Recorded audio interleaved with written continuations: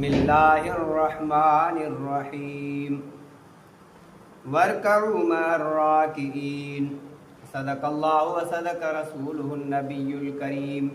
अॼु असांजो उन्वान आहे जमात सां निमाज़ पढ़ण जी ताक़ीद। क़ुरान ऐं हुज़ूर सल्लल्लाहु अलैहि वसल्लम जे फ़रमान ऐं बुज़ुर्गान दीन जे फ़रमान मंझां असांखे मालूम थिए थो त माण्हू जमात सां निमाज़ लाज़िम करे वठे। मूं आयत पढ़ी वर्कऊ मर्राकीन, रुकू कयो रुकू कंदड़नि सां गॾु, अलाह जे आॾो झुको ॿियनि सां गॾु, अकेला न। तारिकुल जमात दोज़खी आहे, जेको जमात खे छॾे ॾे, तर्क करे, उहो दोज़खी आहे। इबादत गुज़ार हुजे, रोज़ो रखंदड़ हुजे। हज़रत इब्न अब्बास खां पुछियो वियो, हिकिड़ो शख़्स राति जो इबादत करे थो, ॾींहं जो रोज़ा थो रखे, पर न जमात सां निमाज़ थो पढ़े न जुमो थो जी पढ़े, उनजो छा हाल थींदो? फरमाए फ़हुव फिन्नार, उहो जहन्नम में। राति जो इबादत करे, तहजुद पढ़े, ॾींहं जो रोज़ा रखे, निमाज़ जमात सां नथो पढ़े, पंहिंजे घर पढ़े थो। घणा माण्हू अहिड़ा अथव, घर थो पढ़ां मां, निमाज़ पंहिंजे मूं घर थो पढ़े, न जमात सां निमाज़ पढ़े न जुमो पढ़े। हज़रत इब्न अब्बास रज़ी अल्लाह ताला अन्हु फरमाइनि था, उहो दोज़खी आहे, फ़हुव फिन्नार, उहो जहन्नम में। नाबीन शख़्स खे बि जमात छॾण जी इजाज़त न आहे। हुज़ूर सल्लल्लाहु अलैहि वसल्लम जी रिसालत मआब में हिकिड़ो शख़्स आयो, चईं आउं नाबीन आहियां, अखियुनि खां माज़ूर आहियां, मूंखे को मस्जिद सोमहणी ऐं फजर निमाज़ ते वठी ईंदड़ न आहे। मूंखे इजाज़त मिले त आउं फजर ऐं सोमहणी निमाज़ घर पढ़ां। हुज़ूर सल्लल्लाहु अलैहि वसल्लम खे इजाज़त ॾिनी, वियो पे, पुठी ॾिनई, हुज़ूर वरी सरकियसि, चई हया अल सलाह हया अल फलाह, आज़ान जो लफ़्ज़ ॿुधी थो? चए हाज़ी ॿुधां थो। चए पोइ तोखे जमात सां पढ़णो। नाबीन खे बि जमात सां निमाज़ छॾण जी इजाज़त न आहे। हुज़ूर सल्लल्लाहु अलैहि वसल्लम फरमाए, जॾहिं आज़ान ॿुधी थो आवाज़, त तोखे निमाज़ पढ़णी आहे। हज़रत अब्दुल्लाह बिन उम्मे मक्तूम नाबीना हुज़ूर खे अर्ज़ु कयईं, साईं मदीने जा जानवर चीरींदड़ फारींदड़ आहिनि, ख़तरनाक आहिनि, ऐं फजर जो कीअं अचां, अखियुनि खां माज़ूर। पाण फरमाए थो आज़ान जो लफ़्ज़ ॿुधींदो? हया अल सलाह हया अल फलाह ॿुधींदो? चई हा ॿुधां थो। चई तोखे जमात सां निमाज़ पढ़णी। एॾे वॾे उज़ुर खां बाद बि हुज़ूर पंहिंजे सहाबी खे घर में निमाज़ पढ़ण जी इजाज़त न ॾिनी। निमाज़ खां माफ़ी न पियो वठे, जमात जी इजाज़त पियो वठे त मां इन सुबुह ऐं सोमहणी वारे इन टाइम ते नथो पुॼी सघां, बाक़ी ज़ुहर असर मग़रिब इन में त माण्हू अचनि था, ॿिया बि गॾु आहिनि, हर को अचे थो। जमात खे छॾींदड़नि लाइ हुज़ूर फरमायो त जेकॾहिं तारिकुल जमात आहिनि, उन्हनि जा घर साड़ण जे लाइक़ु। पाण फरमायो मुंहिंजी दिलि थी घुरे त नौजवाननि जी जमात काठियूं गॾु करे खणी वञा, सोमहणी जी आज़ान चवराए कंहिंजे ज़िमे ॾियां लॻायां त उहो निमाज़ पढ़ाए। जेके बि घरनि में वेठा आहिनि निमाज़ पढ़णु मस्जिद में नथा अचनि, उनजा घर साड़े छॾिया। दिलि इहा थी चए हुज़ूर फरमायो। ॿी रिवायत में हुज़ूर फरमायो त घर में कमज़ोरनि, औरतूं ऐं ॿार, इहे कमज़ोर आहिनि, इन कमज़ोरनि जो जे मूंखे ख़्यालु न थिए हा त इन्हनि जा घर साड़ाए छॾिया, काठियुनि सां बाह ॾेई साड़ाए छॾिया। माना जेको जमात सां निमाज़ नथो पढ़े, हुज़ूर फरमायो इन्हनि जा घर साड़ण जे लाइक़ु आहिनि, इहे घरनि जा हुजनि ई न। जिन घरनि में आराम ऐं ऐश इशरत में रहनि पिया, इहो घर ई न हुजे जेको निमाज़ खां गाफ़िल करे। निमाज़ खे छॾींदड़ तारिकुल जमात मुनाफ़िक आहे। मुनाफ़िक सम्झो था न, अंदरि हिकिड़ी ॿाहिरि बि, बिचापड़ो बिमो। हज़रत उबई बिन काब फरमाए थो त हुज़ूर सल्लल्लाहु अलैहि वसल्लम फजर निमाज़ पढ़ाए, पुछियो फलाणो आयो आहे, पुछा कयूं, वरी फलाणो आयो आहे, फलाणो आयो आहे। पाण फरमायूं त बेशक इहे ॿ निमाज़ूं, फजर ऐं सोमहणी निमाज़, इहे मुनाफ़िक लाइ ॾुखियूं ऐं गोरियूं आहिनि। ऐं फरमाए कसम आहे मुंहिंखे उन ज़ात जो जंहिंजे कब्ज़े में मुंहिंजी जान आहे, जेकॾहिं तव्हांखे इन निमाज़ुनि जी फज़ीलत मालूम थी वञे त ज़मीन ते रेढ़ियूं पाए बचो। हली न सघंदो आहे न, रेढ़ियूं पाए ईंदो आहे, पेरनि में ताक़त न आहे, ईअं रेढ़ियूं पाए ईंदो आहे। रेढ़ियूं पाए बि तव्हां मस्जिद पहुचो जेकॾहिं तव्हांखे इहा ख़बर पइजी वञे। एॾी वॾी फज़ीलत आहे। ऐं निमाज़ जमात खे छॾींदड़ फरमाए त इहे निमाज़ूं मुनाफ़िक लाइ ॾुखियूं ऐं गोरियूं आहिनि, मोमिन लाइ न आहिनि। हाणे जेको फजर ते नथो पहुचे जमात सां, इशा ते नथो पहुचे जमात सां, त निमाज़ इन जमात खे छॾींदड़ मुनाफ़िक लेखियो। ऐं मुनाफ़िक चयोसि कंहिं हुज़ूर सल्लल्लाहु अलैहि वसल्लम, मदीने वारे मीर, ॿिए कंहिंजी ॻाल्हि कान्हे। जमात खे छॾींदड़ ते शैतान जो ग़लबो आहे, कंट्रोल आहे। ग़लबो मीन्स कंट्रोल। जेको जमात छॾे थो न, शैताननि ते हावी थी थो वञे। हुज़ूर फरमाए के शख़्स कंहिं मैदान में हुजनि, जंग में हुजनि, सहरा में हुजनि, 3 शख़्स, त इन्हनि ते लाज़िम आहे जमात करे निमाज़ पढ़ो, अकेला न पढ़नि। छो त अकेली बकरी जेकर धण खां परे हुजे, धनार खां परे हुजे, त उनखे गिदड़, ॿिलो, शींहं खाई फाड़े वेंदो। पर जेकर धनार सां गॾु हूंदी त उन ते हमिलो न थींदो। अकेलो जेको निमाज़ पढ़ंदो उन ते शैतान हमिलो कंदो, शैतान उन ते कंट्रोल करे वेंदो। पर जे जमात सां गॾु हूंदो त शैतान जो हमिलो न थींदो। तंहिंजे करे जेको निमाज़ जमात खे छॾे थो उन ते शैतान जो कंट्रोल हूंदा। शैतान जो कंट्रोल थी वियो पोइ कुझु ई न बचियो, पोइ त हड़ वई हली न असांजी। निमाज़ जमात खां सवा क़बूल ई न आहे, जमात खां सवा निमाज़ क़बूल ई न आहे।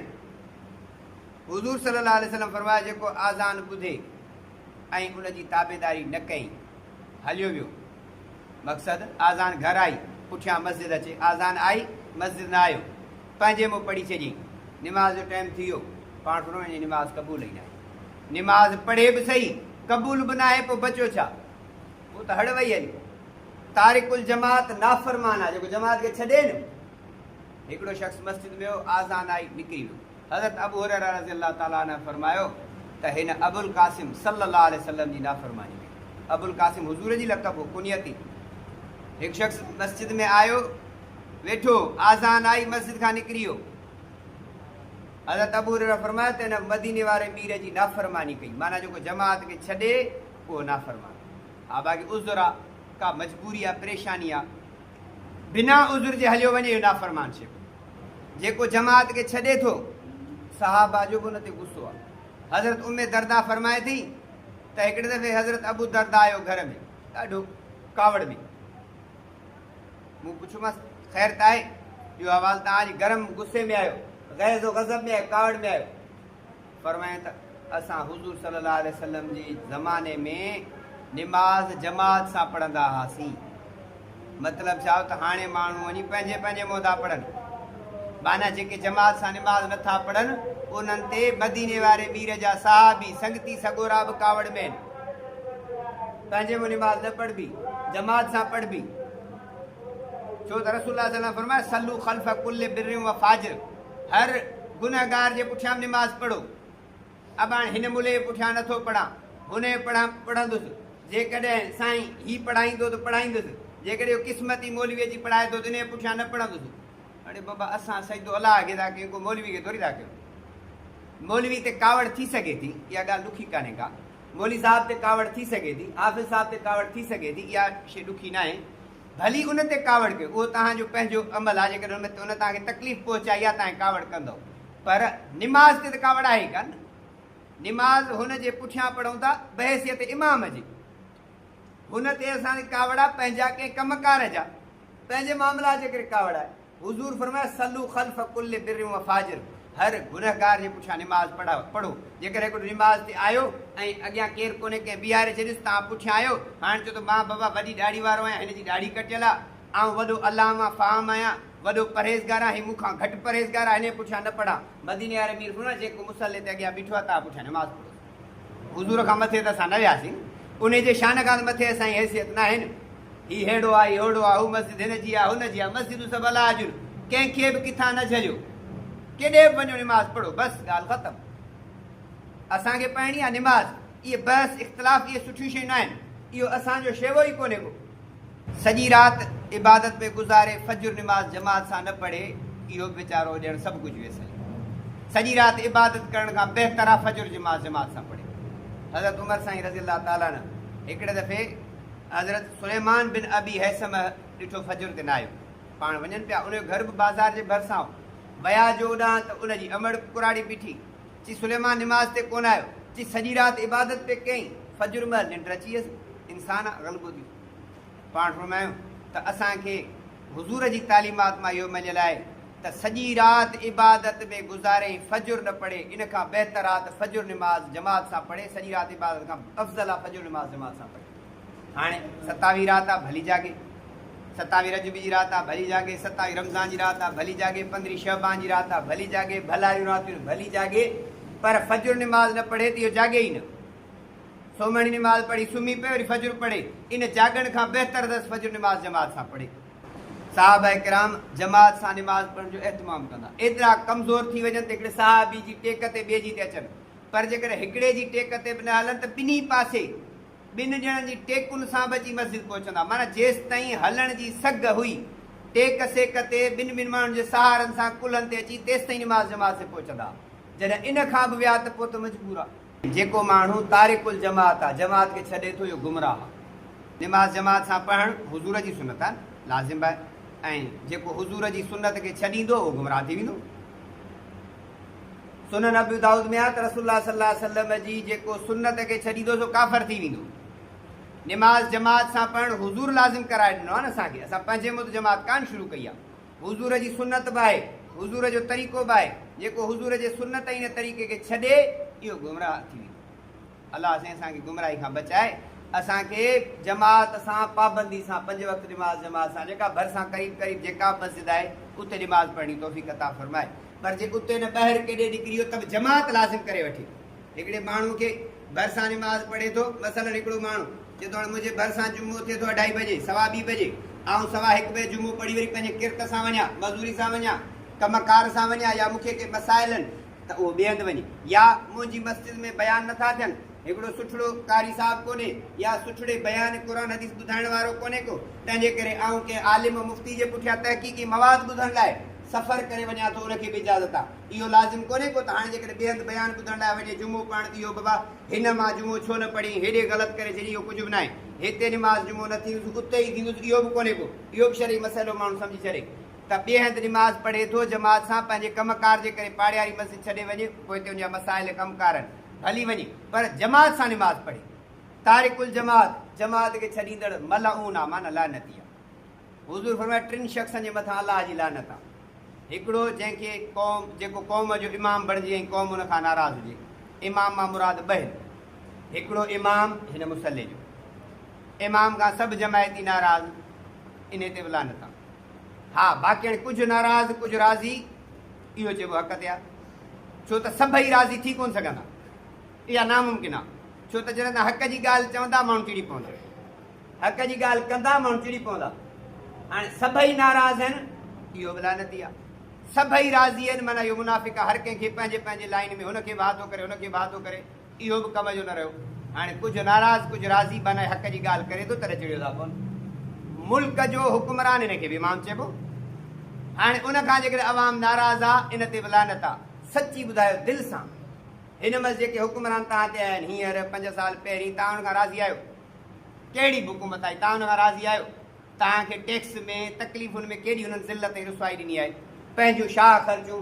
हुननि जो जेकर जहाज़ ते चढ़ी था घुमनि त जहाज़ जो तेल लहे थो 100 रुपया, असां तव्हां ग़रीब जेका मोटरसाइकिल था घुमूं उनजो तेल 150 चढ़े थो त लहे थो 5 रुपया, माना वरी बि छा ख़र्ची उनजी।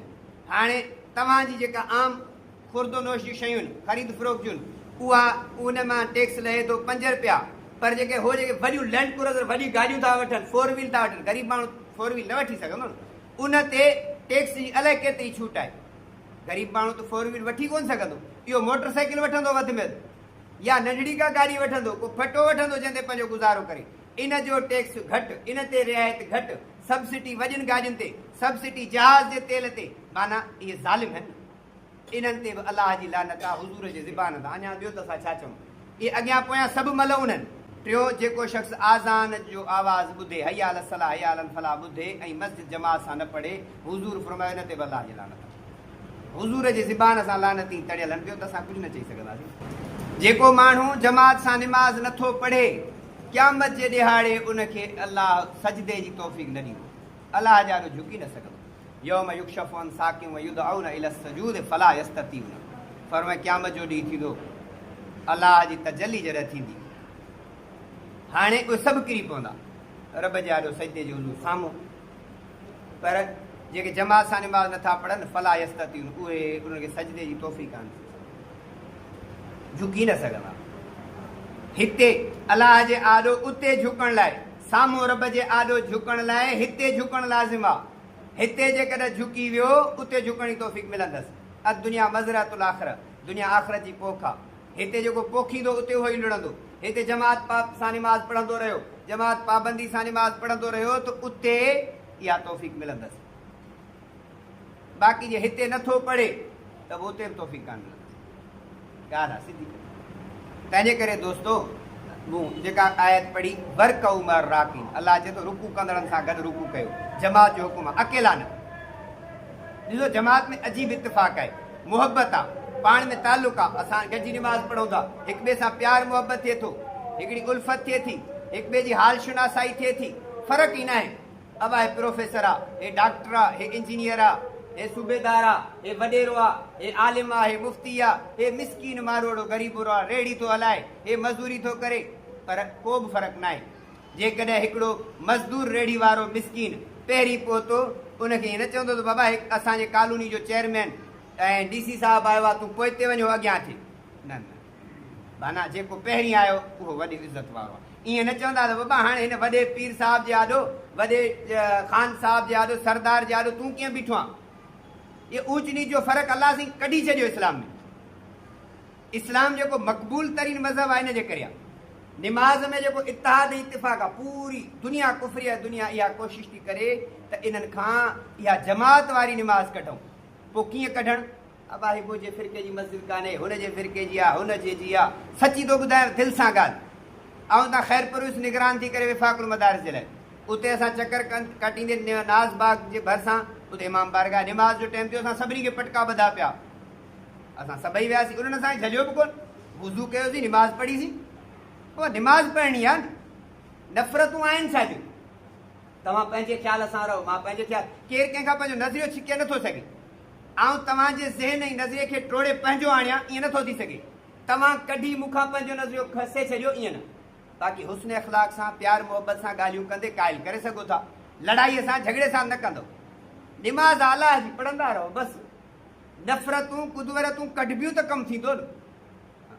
जेकॾहिं हिकिड़ो ॿारु पंहिंजे घर जो भाती जेकॾहिं नाफ़रमान थी वञे, ॾिंगो थी वञे, माउ पीउ त कोन कढंदसि, अब आहे चोर आहे, बेड़ो आहे, सॼी कॉलोनी खे बाहिताल मचाए ॾिनो अथसि, जे रुली पीनी आयो त माउ पीउ त घरां कोन कढंदसि, ॿाहिरि कढी छॾियसि थी सघे थो, सोट मासाद कढी छॾियसि थी सघे थो, माउ पीउ कोन कढंदसि। वरी बि सम्झाईंदसि बाबा ईअं न कर, घर में हर कंहिंखे ॾिंगे खे, मिठे खे, कसे खे, भले खे, ढिले खे संभालबो आहे।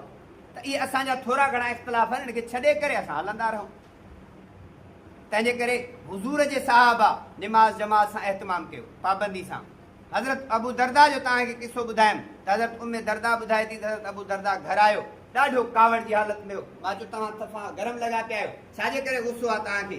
चई असां हुज़ूर सल्लल्लाहु अलैहि वसल्लम जे दौर में जजी निमाज़ पढ़ंदा हुआसीं, उनजो मतिलबु इहो हो त हुज़ूर जे दौर में असां जमात सां निमाज़ पढ़ंदा हुआसीं, हाणे माण्हू नथा पढ़नि, उनजे करे उनखे ॾुखु थियो त माण्हुनि जो हाणे हाल छा आहे, जमात सां निमाज़ नथा पढ़नि। ऐं जेको माण्हू निमाज़ जमात सां नथो पढ़े उहो उन ते शैतान जो ग़लबो आहे। हाणे थोरो भेरो थो ॾियारियां, ॻाल्हियूं ॿुधाइण, भेरे में बरकत आहे। त जेकॾहिं कंहिं जंग में, मैदान में, सहरा में तव्हां पहुची विया ऐं हिते 3 ॼणा हुजो त जमात लाज़िम करे वठो। छो त हुज़ूर फरमाया जीअं अकेली बकरीअ ते बगड़ हमलो कंदो, पर जेकॾहिं बकरी धनार सां गॾु हूंदी त उन ते केरु हमलो न कंदो। अकेलो माण्हू निमाज़ पढ़ंदो त उन शैतान वसवसा कढंदो, पर जेकॾहिं जमात सां हूंदो त शैतान भई जान छॾाईंदो। निमाज़ न पढ़ंदड़, जमात सां न पढ़ंदड़ उहो गुमराह आहे। जेको आज़ान ॿुधे ऐं मस्जिद न अचे, हया अल सलाह हया अल फलाह ॿुधे ऐं मस्जिद न अचे, निमाज़ जमात सां छो था पढ़ूं? हुज़ूर जो तरीक़ो आहे। अलैकुम बि सुन्नती व सुन्नत खुलफाए राशिदीन अल महदीयीन, हुज़ूर फरमाया तव्हां ते मुंहिंजी सुन्नत लाज़िम आहे, जीअं मूं कयो, मदीने वारे मीर फरमाया ईअं कयो, ऐं मुंहिंजे खुलफाए राशिदीन वारे तरीक़े ते कयो। माना मुंहिंजे सहाबा अहल बैत जीअं कयो उहे बि कयो, मूं वारे तरीक़े ते बि हलो, अबू बकर उमर उस्मान अली जे तरीक़े ते बि हलो, जीअं उन्हनि कयो, मूंखां पोइ वरी उहे तव्हांजे लाइ अॻुवाणनि। पहिरीं अलाह ऐं अलाह जे रसूल जो फरमान, उनखां पोइ सहाबा इकराम ऐं अहल बैत जी असांखे पोइवारी करणी आहे, उन्हनि जे नक्शे कदम ते हलणो आहे, उहे त निमाज़ पाबंदी सां पढ़ंदा।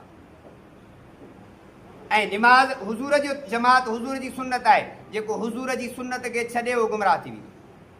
अबू दाऊद में लिखियलु आहे, हुज़ूर जी जेको सुन्नत खे छॾे उहो काफ़िर थी वेंदो। केॾी वॾी ॻाल्हि आहे। तंहिंजे करे जमात सां निमाज़ लाज़िम करे वठूं। जेको माण्हू जमात सां निमाज़ नथो पढ़े, अकेलो थो पढ़े, हिकिड़ी हदीस में आहे, हिकिड़ो माण्हू आज़ान ॿुधे ऐं निमाज़ ते न अचे, पंहिंजे मुंहुं पढ़ी छॾे, हदीस में आहे उनजी निमाज़ ई क़बूल न आहे। अवा निमाज़ पढ़ियईं बि सही, क़बूल बि नथी त बचो छा? निमाज़ जी फज़ीलत छा आहे जमात सां? हुज़ूर फरमाया जेको जमात सां निमाज़ पढ़े थो उनखे 27 निमाज़ जो सवाबु मिलंदो। हूअं पढ़ीसीं हिकिड़ी निमाज़, जमात सां 27 निमाज़ जो सवाबु, अञा ॿियो छा खपे? जमात सां पढ़े 27 निमाज़ुनि जो सवाबु असांजे बुज़ुर्गनि अहलुल्लाह औलिया सलफ़ सालीन इन जमात सां निमाज़ खे लाज़िम करार ॾिनो आहे ऐं लाज़िम करे पाण पढ़ी आहे। असांजा अॻवान मुक़्तदा उहे तंहिंजे करे असां वसु करे जमात सां निमाज़ पढ़ूं। दुआ आहे त अलाह ताला जेको मूं चयो असां सभिनी खे इन ते अमल जी तौफ़ीक़ अता फ़रमाए। हिक ॿिए खां नफ़रतूं फ़र्क़नि ऐं तफ़रीक़े बाज़ी में इन खां परे रहूं। असां पंहिंजे फ़िक्र में रहूं त अलाह साईं असां सभिनी खां राज़ी थिए। वाख़िर दावाना अनिल हम्दुलिल्लाह।